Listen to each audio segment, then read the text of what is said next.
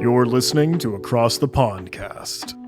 Cybersecurity rants and war stories from both sides of the Atlantic.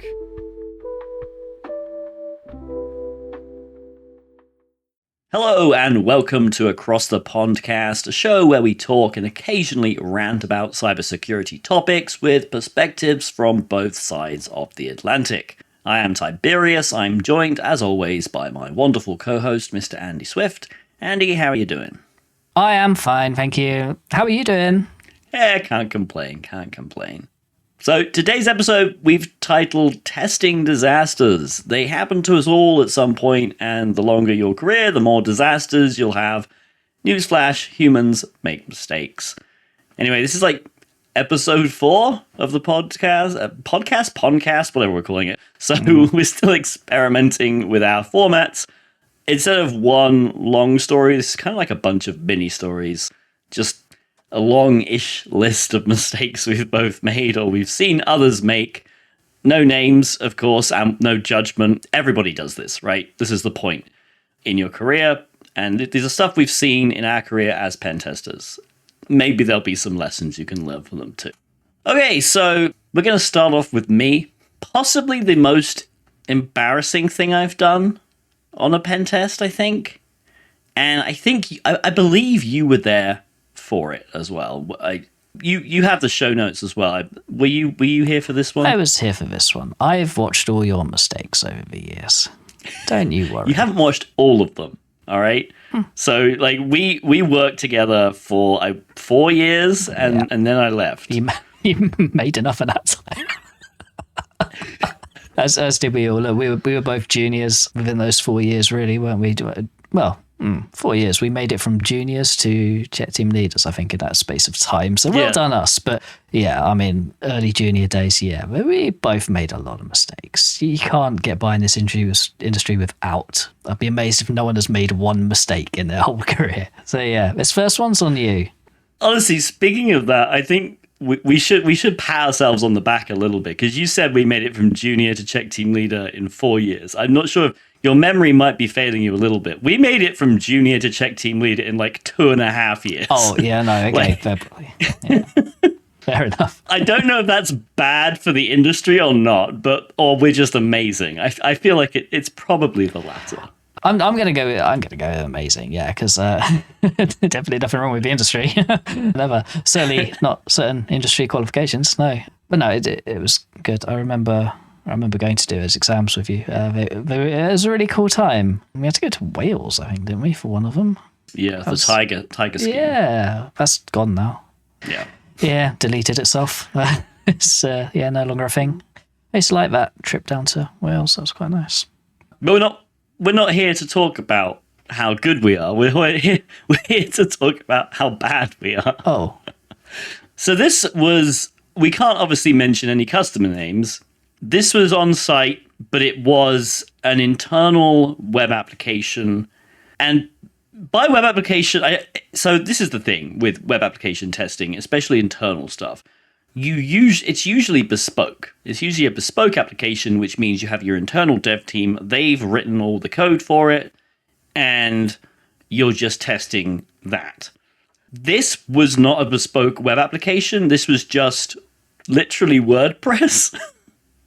It was a WordPress blog, but they were using it as sort of like a content, sort of a place to host content internally. So blogs, pages, like just resources, etc. Don't ask me why they were using WordPress, but they just wanted somebody to test it, make sure it was secure, and that was it. No custom code. There were probably some WordPress plugins, but that was it. It was just WordPress, which is unusual, I would say, for an internal. I don't think people do that too often these days. I can't say I've seen too many internal WordPress applications. Yeah, usually external. In fact, loads of them externally. Loads of them. Yeah. It is, I think, the number one sort of content management system on the internet, which is bizarre for a thing that is actually not a content management system. It's a blog. It kind of has content management baked in a little bit as like a side project, but it's literally not that. So I don't know. It's crazy. Yeah, fits the bill for a lot of places, I guess. A lot of companies who just want something basic. But yeah, oh my God, you see it everywhere. Like even when you're scoping stuff for clients, I usually give it like their website a quick check over and just go, this distinctly looks like WordPress. Have you tried? Da da da. It's a nice way. Yeah. Nice way to impress early, anyway. But hey, anyway, on with the show. Yes. So when you're web app testing, especially internally, you are given accounts. All right. So if it's an external and you're doing WordPress, you may not get actual accounts unless there's like a registration page that you can access, and then you can register your accounts. Or if they, just, it depends. We talked about this. Was it episode 1? I feel like it was episode 1. Yeah, like authenticated testing and externals. It happens sometimes. In internals, it's more likely you're going to actually want to test the authentication, like the authenticated portion of the app. And so we were given admin accounts to the WordPress blog. And I honestly can't remember if it was production or staging. I feel like it was probably production. It was production. which makes this story even worse. So you got the context here, though, is I was still pretty junior. And we loaded up Burp Suite, proxied the web browser through Burp Suite, because in those days, Burp didn't have... This is how old this story is, by the way. When we were testing, Burp Suite did not have an integrated browser at this point. So we would have to use... I presume I was using Firefox with Foxy Proxy, and literally proxying Firefox through Burp, loading the site, logging in as an admin user, then about, just clicking around, exploring it, looking at the settings. And I think it was possibly like 5 to 10 minutes later, like after that, the guy who's like leading the test for the customer, so basically one of the customer employees, comes over and was like, what did you guys do? That's when you know you're in trouble, right? Yeah, if a customer just comes over with like, what did you guys do? That's bad. And I was like, what? And it's like, well, the site's gone. Like, it's like, did the server crash? It's like, so we like literally check, refresh the homepage. The blog still exists. Like the WordPress blog still exists technically, but there's like none of the content is there anymore. And it's like, but we were just exploring we just logged in as the admin. We were going around, just looking at the settings, basic recon stuff. Except that in those early days of testing, one of the things I did when setting up Burp was to enable Burp Spider. It sounds ridiculous now, doesn't it? Like after so many years of testing, I was thinking when you mentioned Foxy Proxy as well, I was like, my God, that's a blast from the past. Like, there's just so many things we take for granted now, or just don't do, and you don't think about it. But yeah, rookie mistake. For those of you who don't know what Burp Spider is, because this was Burp probably 1.5 or something ridiculous, like the 1.x series of Burp. Burp Spider was its own sort of separate tool, which, I mean, it was a spidering tool. Basically, it would, if you proxied a site, it would analyze the response, it would extract links, it would visit all those links. Very, very useful tool for doing enumeration, to be honest. Not really for doing enumeration of authenticated apps. Yeah, because, and there's a whole like drama about Spider that I want to like, just have as an aside, like people get upset that Spider got removed from Burp. It didn't actually ever get removed. It's now just the crawl task. Yeah. And there's some drama because I feel like people don't understand how powerful the crawl task is compared to Spider.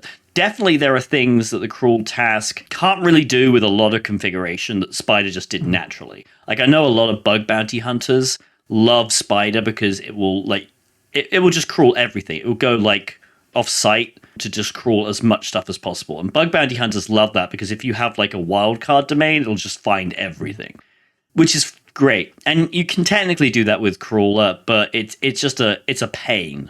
I think Portswigger are working on it. But anyway, the long and short of it is crawler is okay. It does the same job. It does most. If you're pen testing, not bug bounty hunting, crawler's fine. But this was Spider.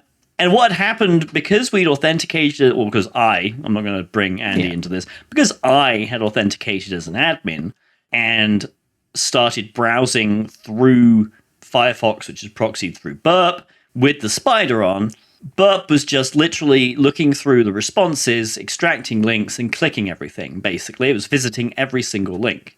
Now, the problem was WordPress, and this might even be to this day, I don't know, but generally speaking, when you have a delete link in any kind of CMS, it these days has some kind of block in it that like prevents you from just browsing to the delete URL and it just happening without like an extra prompt.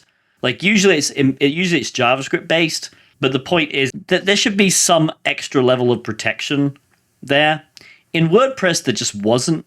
So you could visit the freaking link and it would just do it. It was like, okay, yeah, can you delete this article? And WordPress is like, yeah, okay.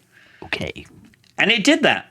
It did that for every single article. It did that for every single like uploaded file, because obviously WordPress is quote unquote a kind of a content management system. So you can upload like media. It did it for all the pages. It did it for all the users. Everything was gone, apart from I think the admin account, which you can't delete. Right, that there's protections against like literally wiping everything. Did they have backups? They did. Thank God. Yes. So thankfully, the customer was only a little bit annoyed because they had got backups and they were just like honestly wondering what the heck we'd done, what the heck I had done. But yeah, I mean, I explained to them, I accidentally had this feature turned on, and it must have literally automatically clicked all the deletes. And I don't know, I can't remember what I said, to be honest. It was so long. This is more than a decade ago, by the way, and just crazy. But luckily, they had a backup, and so they just restored the backup and were like, "Please be careful." Here's a question: in the report, did you put it down as a vulnerability? You know what? I may have done. Yeah, you 100% did. I may have done that. I love things like that. If a pen test has done something, it's not our fault. It's a vulnerability. You knocked over our network? No, it's a denial of service vulnerability. Sorry, guys. It's the best way out of it. It really is. There's a reality to that, though. You are literally finding a legitimate problem. So unfortunate though it is, yes, now you may not do that again. You learned from a mistake, but there's a legitimate problem there you've highlighted. So there's always a way of spinning these things when they do happen. You've obviously got to admit your mistake. Don't totally cover it up, but there's always a positive side out of it. Like you have found something, and it is something you can fix and make the world a better place with. So don't be afraid of admitting the mistake sometimes, I suppose. But yeah, I'm glad you put it in the report. Yeah, I mean, honesty with customers is very important because ultimately everybody understands that people make mistakes. Yeah. And while you don't want that to happen ever, like, I mean, it was good that there was a backup. The lesson learned is honestly, don't turn Spider on. Probably don't use Spider if you're doing anything authenticated unless you're absolutely certain that there's a backup system and that potentially there's not, like, stuff isn't just going to get randomly affected here. So I feel like that's a good just general thing. Like ultimately you don't really need to use Burp Spider for that kind of thing. I just had it on because I was like junior pen tester kind of, and it was a nice way of enumerating a bunch of URLs that were part of the application which you could then look into later. It's quick, right? I mean, half the time some of this stuff is just like, oh, this thing that's come along made my life easier. It's super speedy, but yeah, the fallout from it might not be that great. That's the flip side to it, isn't it? I think a lot of it just comes out of trying to be efficient, and you might not always have the most time as you would want on a web app test to explore literally everything. So those things are kind of attractive when you look at them like that. So yeah, I was about to say I don't blame you, but no, I 100% blame you still. It's on me. It's on you. It's fair to blame me. That is the most embarrassing thing I think I've done while pen testing is that. Which, you know, yeah, that's pretty bad. Delete the entire site you're supposed to be pen testing. But ultimately, the end result was I learned a lot. We managed to restore it. I say we. The customer managed to restore it. And I never, you know, after that, I never turned Burp Spider on automatically. I always kept it off. And I would only ever turn it on when I was absolutely 100% sure. It's one of those things where, people who make mistakes and then, like, have you ever left a piece of luggage on a train? Because I have. I will never leave a piece of luggage on a train ever again in my life.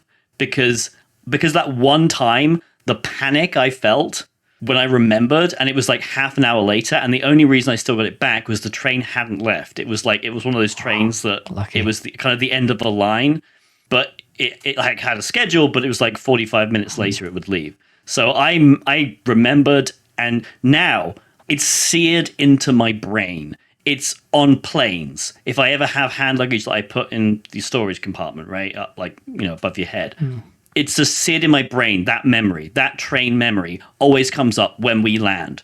As soon as the wheels come down, it's like, hey, remember that time that you left your luggage on a train? And I'm like, yeah, I'm not going to do that now. And my brain is like, good boy. Good. Well done. Yes. The only thing I've left on a train is my season ticket for the train. That's bad. Which is pretty bad in itself. But the thing that's etched in my mind is my nan used to always say, she used to go, spectacles, testicles, wallet and watch before you leave. I grew out of actually physically checking all those things as I was walking away, but I still say it to myself in my head. It may not be like the sort of ingrained trauma that you have built up with your one, but yeah, it still comes out of habit. It's still, every time I'm packing up my bag after a pen test and putting my stuff away, I always do that. We live and learn, eh? We live and learn. We do. Hey, how about that time we knocked over a domain controller? Which time? There's been so many. Let's talk about that time. At least the one time that's most memorable. It was an internal test we did. I can't remember who it's for. Can you remember who it's for? Or like a vague industry? I can't really. I can't. Really I was going to say I would hope to God it was an internal. Imagine knocking over a domain controller on an external. Yeah. I'm sure that must have happened at some point. I remember doing an external test for a client and finding a domain controller attached to the internet for some reason. But like, what's this doing here? It's got an RDP interface on it. Okay, well, what is it? It's our AD server. Okay, what? What? Why? But yeah, again, we are going back a long time, and I think quite a lot of vulnerabilities and exploits nowadays are quite a little bit more robust than they used to be back then in the Wild West days. And I can remember doing this in several ways as well. I can remember just running standard exploits that they're built into Metasploit framework, you know them inside out, they're trustworthy, you think they're going to be great, and then you end up running them and you're like, where's the domain controller gone? It's disappeared, it's no longer responding, I can't reach it, it's not pinging anymore. Why has that happened? And the only way to work out what actually has happened is to look through the client's logs when it finally comes back to life. And then you start to see things in the logs and you're like, oh yeah, maybe, oh look, the timestamps line up with what I was doing. And funnily enough, it's exploiting the same service. That's the thing that caused the crash. So this stuff happens. And sometimes it can be the most reliable thing you've had. And then for some reason, just on that day, there's some kind of conflict. And for us this time, we'd already exploited the server, domain controller, we'd already jumped onto it. I think we probably PSX'd our way over to it, probably via the old reliable MSI 67, I dare say, back in those days. It was every network you turned up to, it's like, right, fire this old boy up. And off we went. So, yeah, we just got into the process of dumping hashes, shortly after the test. I love doing that, by the way. It's such a nice way to get an insight into the user base that you're with. Dump hashes, crack hashes, do some password analysis afterwards, and it's so telling and it's so interesting to look at and give the client that nice bit of paper that tells them all that stuff. But sometimes that doesn't work well. And we were doing that, and we were dumping the hashes out, trying to do our usual thing, and again, the domain controller just went somewhere. It just went away, and it didn't come back. It's always that nervous moment when you run it, you're like, yes, you done big hashes, and then you go, it's disappeared. I'll just wait a minute, and it might come back like 5 minutes later, you're like it could be rebooting. I'll give it a few more minutes. And then the client appears at the door of you. And you do as pen testers, you get blamed for everything, right? I mean, there's like if something even small happens on a network and you are in the building doing something completely unrelated, it's your fault automatically. But this time it was, and it turned out that just the process of dumping hashes had literally, for some unknown reason, taken the server offline. The authentication process had just crashed and it just wasn't coming back to life. And it was that kind of level of balked that it had to be rebooted. I think the client was only using one domain controller as well. They didn't have like a primary or a secondary, so there was no failover. So it was one and done. It was kind of, you knocked it over. That's it. We're out of this game now. It's all over. Sorry, guys. So yeah, someone had to rush away and reboot something. Or physical tins at that time, wasn't it? Internals. Yeah. Yeah. I used to love those days, actually. They were quite nice. I don't like everything's virtual now. You're just like, oh, it's died. We'll just bounce it. And it's like, oh, done. It's a couple of seconds. It's got no soul to it. There's an old council job. I don't know if you ever a really old job we did in it's an old council building.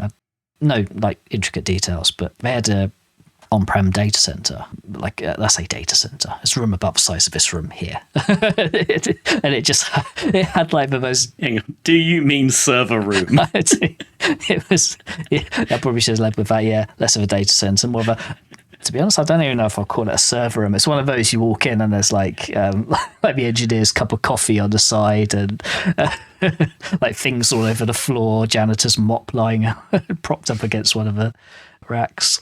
But yeah, and I remember going there and it was literally like something out of the IT crowd because they had servers in there, but they didn't know what they did, but they didn't want to turn them off in case it did something or took something offline. Anyway, dumping hashes causing problems. It's weird. Sometimes for the most reliable things that you do over and over again, you could do that 100 times and not cause any issues on any network. And I'm not saying don't do it because obviously there's so much to gain from it in terms of insight and stuff like that. But yeah, sometimes I think you just got to remember like what some of the stuff we're doing, especially on internals and things, you're exploiting stuff. You're literally causing services, memory, etc. to do stuff it's not meant to do or designed to do, or you're changing the flow of something. But that's what you're doing. And sometimes that can go wrong, no matter how reliable it is. So, yeah, at that stage, you just got to kind of apologise. But again, took a leaf out of your book, put it in the report as a vulnerability. Because there's a problem there about, yes, I knocked it over, but the other problem is there's no secondary, there's no failover, there's nothing to automate restarting anything or go, oh, look, I've died. Yeah. It's just, as soon as people start panicking and going, I can't log in anymore, that's your trigger for actually doing something. So there's always a positive to take out of all of these messy situations where you've got yourself into something. And at the time, it's the most scary thing in the world, especially your first few times doing it. Your first few times messing up. And I think over time you gradually learn how to manage it with the client and turn something quite negative into a positive. And yeah, you do look at those sorts of network activities and go, yeah, it shouldn't have handled it that way. It shouldn't have happened that way. We were doing something pretty dodge to cause it, but there should still have been some kind of process or some kind of failover, or it's pretty common standard practice now, isn't it? I mean, you have 1, 2, 3, 4 domain controllers stood up just in case. You don't really just have one stuck in a corner of a room and hope it's all going to be good. A fairly large client as well to be doing something as mad as that with. So, yeah. Oh, well. They recovered. I feel like there's a point in there, a minor point about the fact that a lot of pen testing tools, especially the small ones that just do one basic job like dumping hashes, probably don't have much of if any, of a QA process. Like, we have to remember, a lot of these tools were written by 1 or 2 people at a certain point in history because they discovered, like, they're probably written by a security researcher of some kind, and they were written very quickly. They did the job, and it's really up to the community kind of to do the QA and report bugs and test them in certain weird environments, and not just go away and use. I mean, there's a lot of that, and the huge rise in everyone posting proof of concepts to GitHub now is kind of like standard practice, isn't it? Really, But I see so many people reaching for those proof of concepts without testing them fully. And you just kind of use them on anything you like, production networks. And like, no one should be doing that. You should be checking it. Seniors should be checking it over, reviewing it for your staff if you need to, and then coming back. It shouldn't just be a case of download, use, oh, this looks cool. Because you never know. And these things do need to be tested to destruction before you go and take them on to like a client site somewhere. There's someone nearly fell foul of that in my team, actually. It doesn't work for us anymore, so I don't feel so bad about it. But yeah. Hi, if you're watching. But we have on our internal chat system, we have a section just set aside for us to discuss tools, new proof of concepts and things like that. And he posted one in there and was like, oh, that's cool. This has come out quite quick. It's like within 24 hours of like the actual exploit being announced. Just looks interesting. And he's like, yeah, it looks really good. It's really good. I've tried it on my own VM. Like, okay, good. You start reading through the code, and you're like, why is it doing that? And it's like, oh, no. And then like next thing you know, and like all over like X was like stuff like, don't use this proof of concept. It's literally laced with malware. So you gotta watch those things. And yeah, luckily he didn't. Like, he knows our processes. We don't do stuff like that. We don't use it unless someone's reviewed it heavily beforehand. And if you don't do that, adopt that, please, for the good of all people. But yeah, even trusted sources, even trusted like tools and things, they might not be as bulletproof as you think. They might not be as tested to death as you think. And like you say, they might not have gone through the levels of QA you might think they have, or just trust they have. We've got this kind of weird mentality just to go out and trust all this stuff has happened to me through QA, haven't we? And yeah, it's all bulletproof. Of course it is. Do you remember the time when we took out like half a network just using Nmap? Yes. I'd really like to say no. I'd really love to say no, I don't remember it, but you've awakened a memory. Strictly speaking, I don't think that was our fault, because the way I remember it, we were in one building and they had, as part of their network, so it was connected to their data center. Like, so they had the flat network where all their workstations were, which is where we were, because it was an internal pen test again. We were testing all of their workstations, but their servers were in a data center that they had access to via a link. The issue was that link was effectively probably one switch, and it was not a very good switch. And it could handle the normal network traffic of Active Directory sort of stuff, but when you have two pen testers show up and start running Nmap and scanning all of the ports, it kind of just fell over. I've seen this a lot with things like firewalls as well. And like experience tells you over the years to check these things out first, or throttle back and then scale up, and not just go, as we would have done when we were juniors, just go hell for leather and just turn everything up to maximum. Because it goes back to that point, doesn't it, about speed. We want to know where stuff is as quickly as possible. So we'll batter down the doors. It's okay. It'll handle it fine. It'll be okay. You just don't know what's at the other end of the link. Yeah.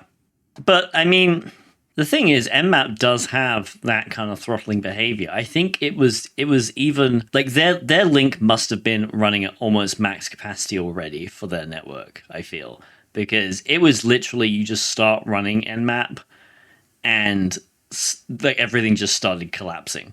Like the link was just completely saturated, and everyone was complaining about issues. So I feel like they were already at like max capacity. Which how do you protect against that? You can't really as a pen tester. That's the issue. Like I said, the only thing you can do is start really, really slow. Start with like actual manual stuff and then scale up very, very gradually. Even throttle stuff back. And I see so many pen testers actually going straight for running Nmap and Nessus at the same time. I've seen that quite a lot as well, with like, especially with juniors. And I think, again, it's like a time pressure thing. You just want to get everything scanned as quickly as possible. But think about what it's doing in the background. I mean, you're scanning the same thing several times. Like, why? break that stuff up. And I think it probably was just a stretched like little switch they'd stuck in there, like as cheap as chips one, just to prop their network up and hoping for the best. And I seem to remember they knew it was like a fairly maximum capacity. But I also don't think that a lot of people tend to test it with like a couple of like pen testers sitting there just throwing tiny packets of stuff around all the time, like port scanning activity, basically. I mean, we're not establishing like long connections, are we really? We're sending lots of very, very, very short ones. And I think some switches don't really handle that particularly well, especially if it's already like completely saturated and falling over. I think there's a lesson there for sysadmins, not necessarily, okay, well, if you know you have a link like that, you should honestly be telling the pen testers.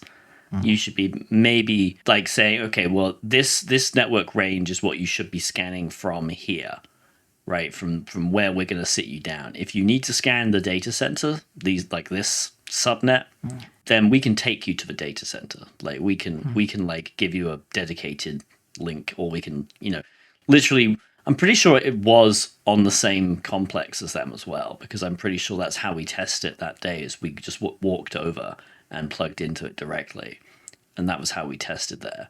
So it's not like there are solutions that and this is why you should involve so many different parts of the IT team when you're doing a pen test. Like in my opinion, I know that there are some political issues where sometimes the sysadmins do not really want a pen test to happen, but it has to happen. I feel like everything usually goes more smoothly if everyone involved is talking and just friendly and be like, look, we want you guys to have a good pen test. We want you guys to improve. So, but also we don't want to come here and just crash everything. But it's usually quite easy to keep those guys on side if you do sort of talk to them as well. Because I've come across it a few times where they just flat out do not want to do a pen test. They don't want anything exposed or anything like that, or they just think it's inconvenient, usually something along those lines. But there's so much value into talking to them when they do, because it makes the whole process of remediation afterwards that much easier. And it also brings into play that question of they know where stuff is like slightly flaky, because the likelihood is a lot of IT teams are kind of understaffed or have an awful lot of work on. And sometimes they know about stuff and they just know they haven't had time to get around to it or something. So when you talk to them, you'll sometimes find that you can work that in your favor a little bit as well, because they want to tell you stuff. They want it highlighted as a problem because the chances are they want to fix it as well.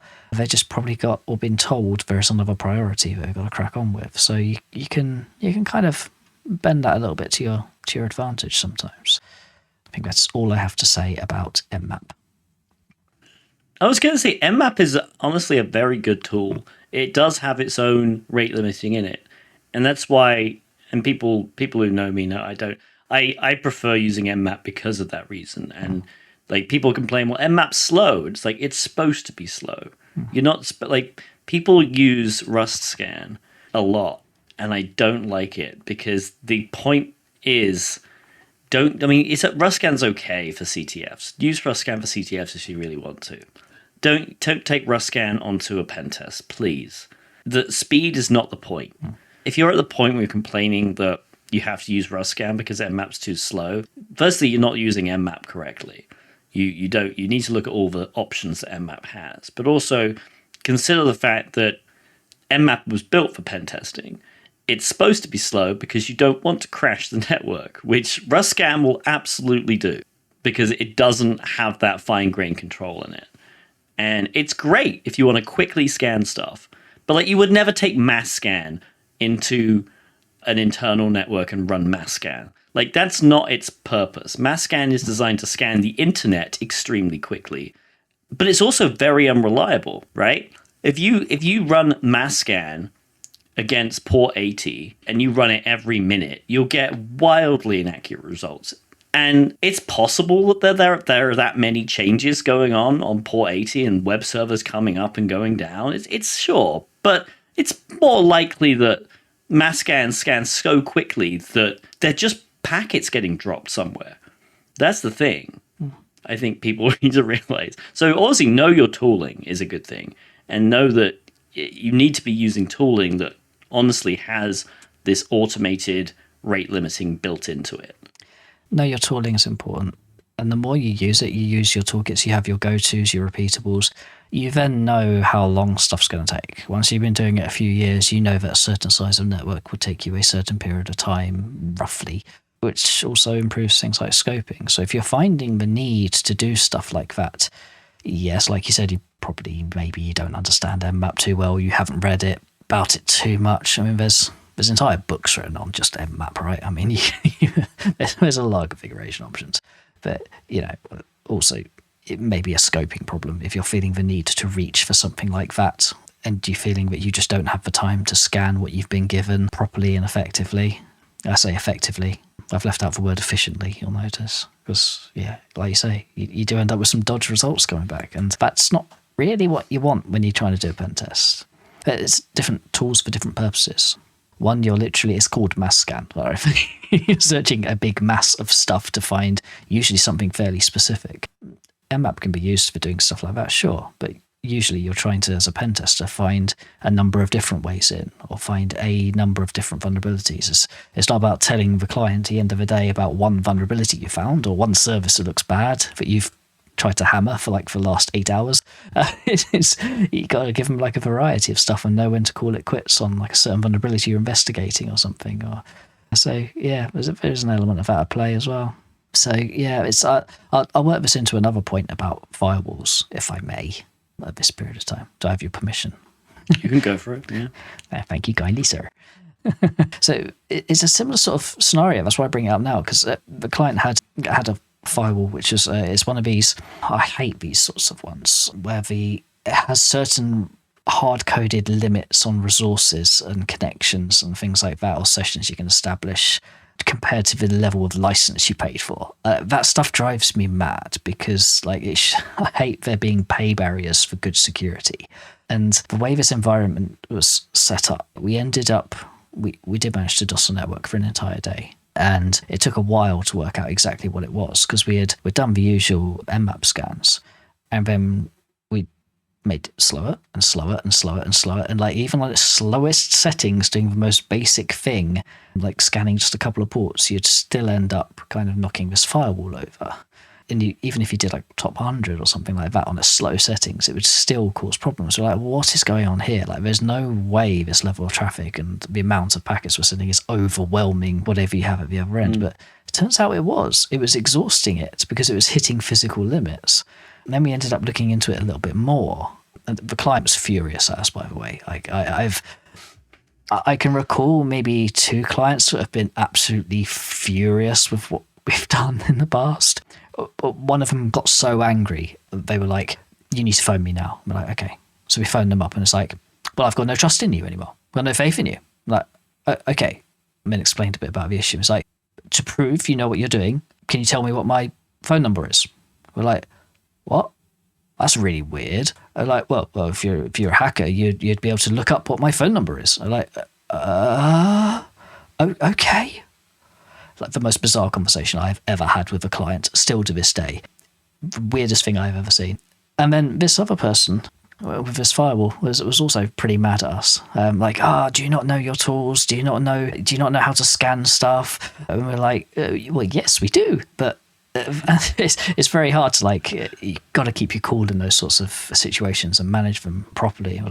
Dial it back, take them back a few steps, and go, look, this is a problem. We're not doing anything out of the ordinary here, but what we were doing has caused a major outage your end, and you need to know why that happens. It's no good just going, "You've caused it. It must be something weird you're doing." It's like, no. Sometimes we're just doing regular activity and this stuff happens. So let's repeat it. Let's work out how it happens, why it happens. And it turns out this firewall they had in place was limited by license. And they had also got it in front of about 6 or 7 different environments. So instead of having a firewall per environment, this was spread over effectively 6 or 7 different companies all going through this one firewall.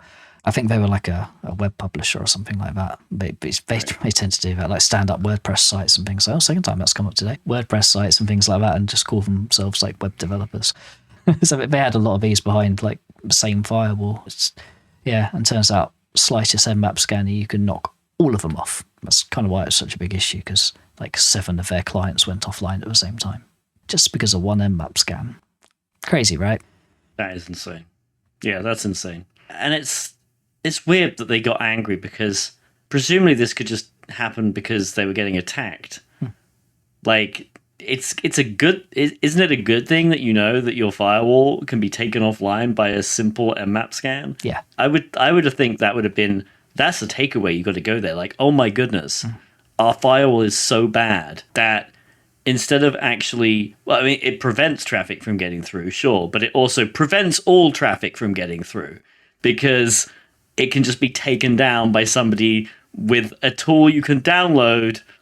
And honestly, probably just code yourself a very quick script to take down your firewall, because you can just send enormous amount of, not even enormous amount, a regular amount of port scan traffic at it. Security by obscurity at its best, isn't it? It's a defense mechanism. That's what it was. Yeah. It blocked all traffic coming in. You couldn't hack it because it went offline. You never know how bad a day that person on the other end of the phone is having. Like, they could have had a really shocking day. They could have been in really important conversations with those clients that day, and you've just knocked everything offline. So sometimes you've got to diffuse that situation and just turn it into exactly that thing you said. Like, this is a major problem. Yes, I appreciate we've caused it. I appreciate it's not good. And they did. They came round in the end. They use us every year still, by the way, and they know about that problem now. They've addressed that problem, fixed that problem, and it hasn't happened again. So it's one of those things. So we sort of laugh and joke about it of them, and I was like, haha, remember that time where we caused you all that stress and you got really angry at me? But we're best friends now. Good times. And as we've learned, only real hackers can find phone numbers.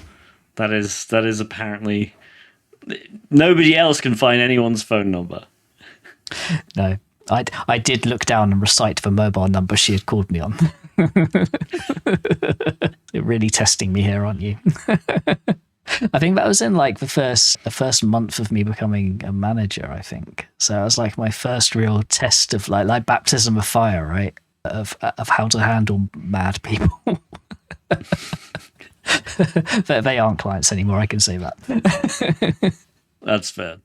So I think we'll end on a time when... So this was an interesting one, because I feel like this was a sales guy who had a call with a customer, and the customer was like, do you do phishing site takedowns? And the sales guy was like, yep. And we didn't. I think there's a lot of that in pen testing. Sales guys are fun. I like sales guys. They're generally good. They're generally good people, but this is an issue that I think it stems from the fact that in a lot of organizations, consultancies, it's difficult telling the sales team or describing to the sales team what we actually sell. Right? You got to remember, most sales guys are not technical.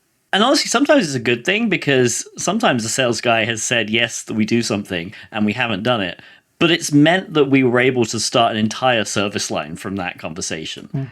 Because we at least knew how to kind of do it. And you can build off that. So it's a hit or miss, I think. But anyway, I'm pretty sure the phishing site takedown service was just a customer asking a sales guy, do you do it? The sales guy saying yes, and then selling it, and then coming to us like, by the way, can you do phishing site takedowns? We were like, well, I guess we are doing it now. But this was a bank in the UK. We're not going to say who, but banks in the UK get a lot of phishing sites created for them for fairly obvious reasons, right?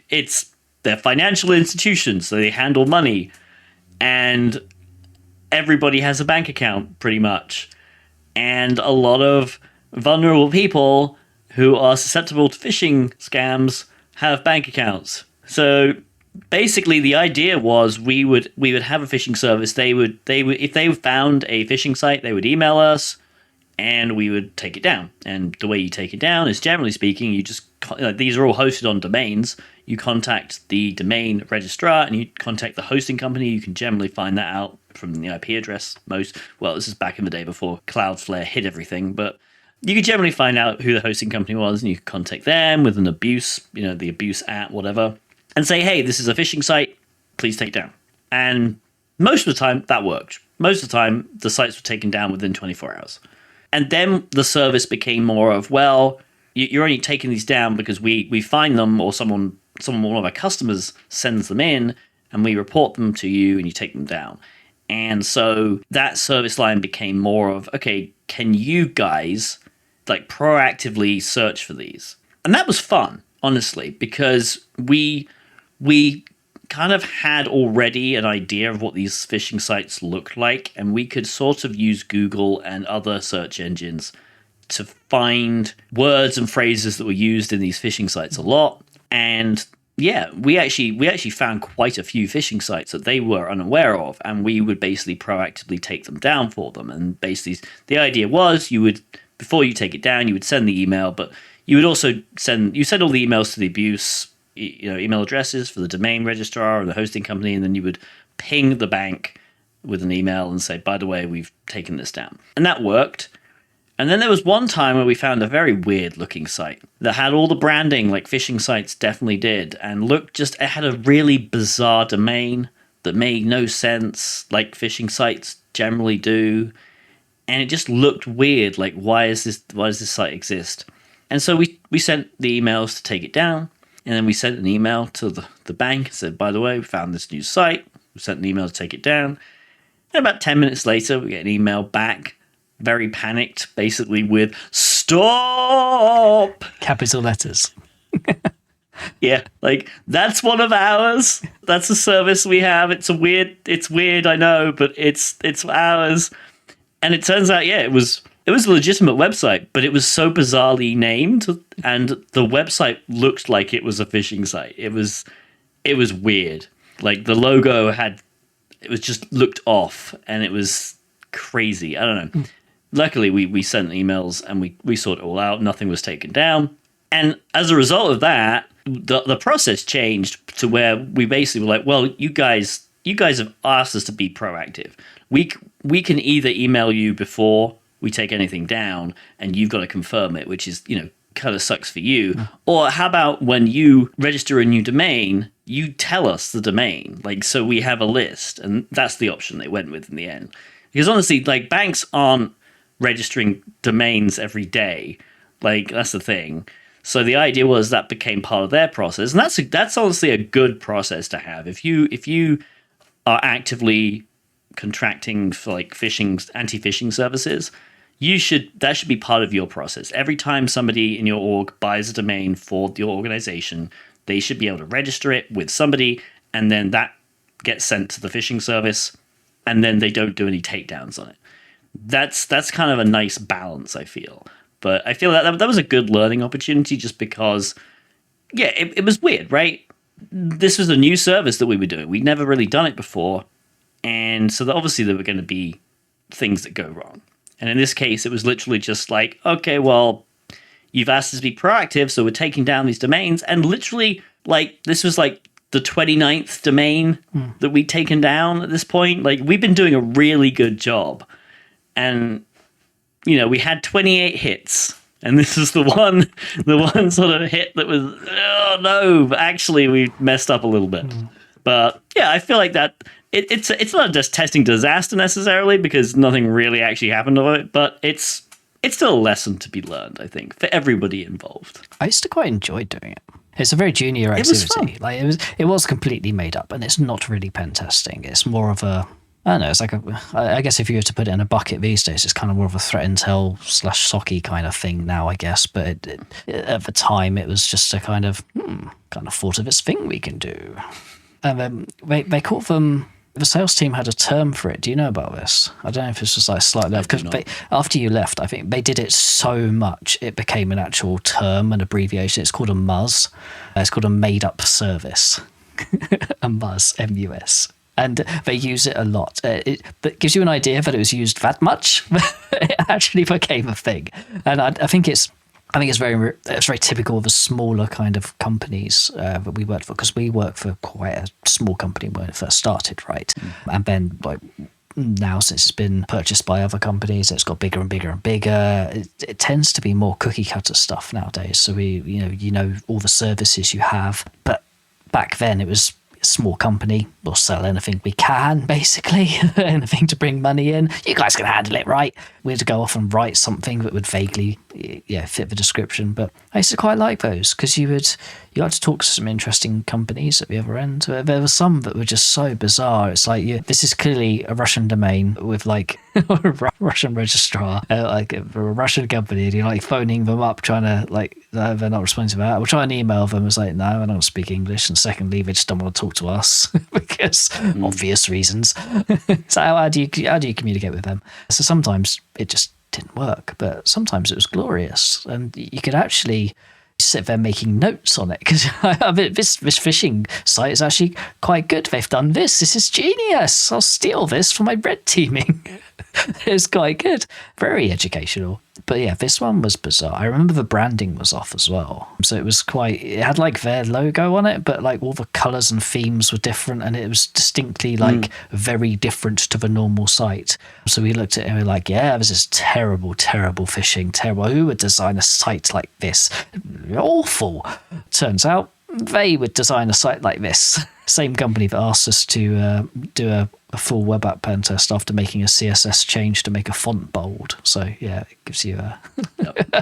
I remember that very well. Great test. Took me 10 days. Well, thank you for listening. I've been Tib3rius. He's been Andy Swift. This has been Across the Pondcast. You can find all of our social media links in the episode description or on acrossthepondcast.net. And we'll see you next time. Goodbye, everybody.